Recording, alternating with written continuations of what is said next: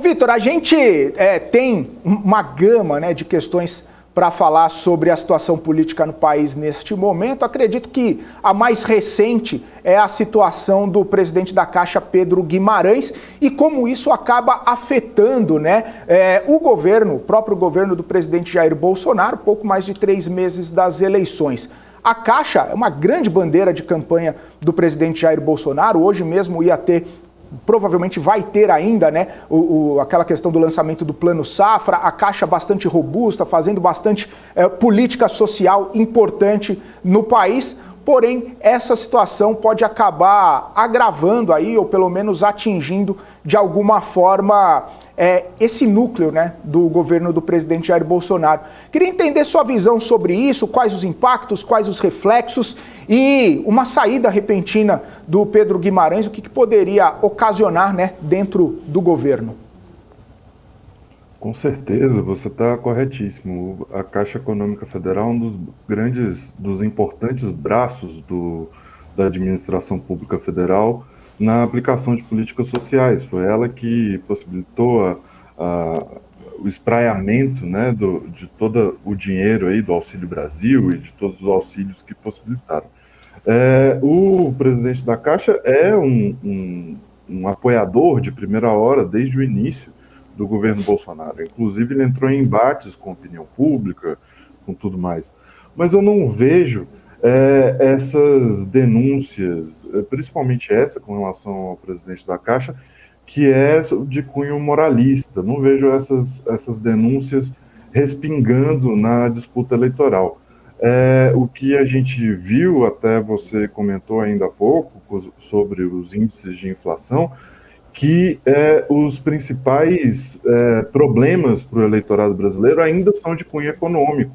E com toda essa tormenta que a gente passa economicamente, acho difícil o eleitorado fiel bolsonarista trocar de lado por causa de uma denúncia desse cunho moralista. Acho que vai acontecer o que a gente observa desde o Fernando Henrique Cardoso. Essas maçãs podres são separadas do resto da cesta e continua o jogo, continua o barco, que o show tem que continuar, né? E como que você vê esse impacto, né? Porque, você bem falou, né? Segue o barco, tira, né, essas pessoas que podem trazer algum tipo de problema para a campanha ou mesmo para o presidente. Mas isso acaba sendo um problema porque até nas últimas pesquisas, né? As últimas pesquisas mostram que o presidente Jair Bolsonaro tem uma certa resistência do público feminino e buscava ali um crescimento. Eu lembro até na segunda-feira, ontem, na verdade, o presidente Bolsonaro falando sobre o Auxílio Brasil, que as mulheres teriam uma representatividade no Auxílio Brasil, as mulheres teriam até mesmo algumas delas, né, em condições específicas, até R$ 1.200 e não os R$ 600 do Auxílio Brasil. Ele tentando fazer algum tipo de política específica para as mulheres. Olhando sob esse ponto de vista, o presidente encontra algum tipo de resistência para crescer nesse universo, Vitor?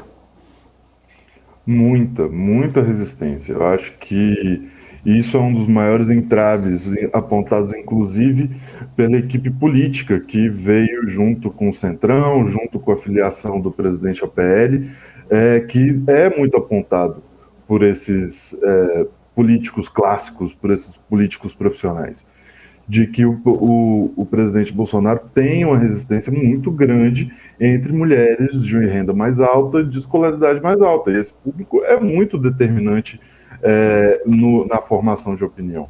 Mas eu não vejo necessariamente uma preocupação do presidente Bolsonaro e da ala mais próxima a ele com uma inserção mais contundente nesse público, nesse nicho de eleitorado.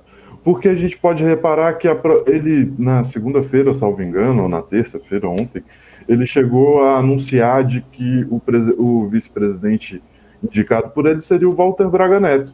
Quando ele poderia ter alguma opção, a gente pode conjecturar, a Damares, a Tereza Cristina, a ministra Tereza Cristina, ministra Damares, perdão, como opções viáveis para você ter uma maior representatividade, uma maior possibilidade de inserção nesse público, mas definitivamente não é uma preocupação imediata do presidente.